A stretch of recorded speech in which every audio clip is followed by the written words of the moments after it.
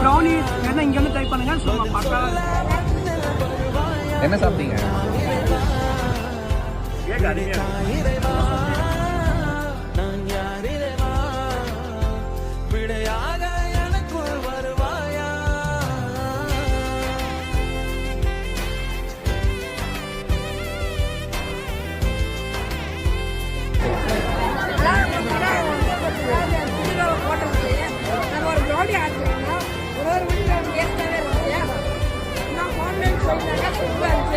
Welcome.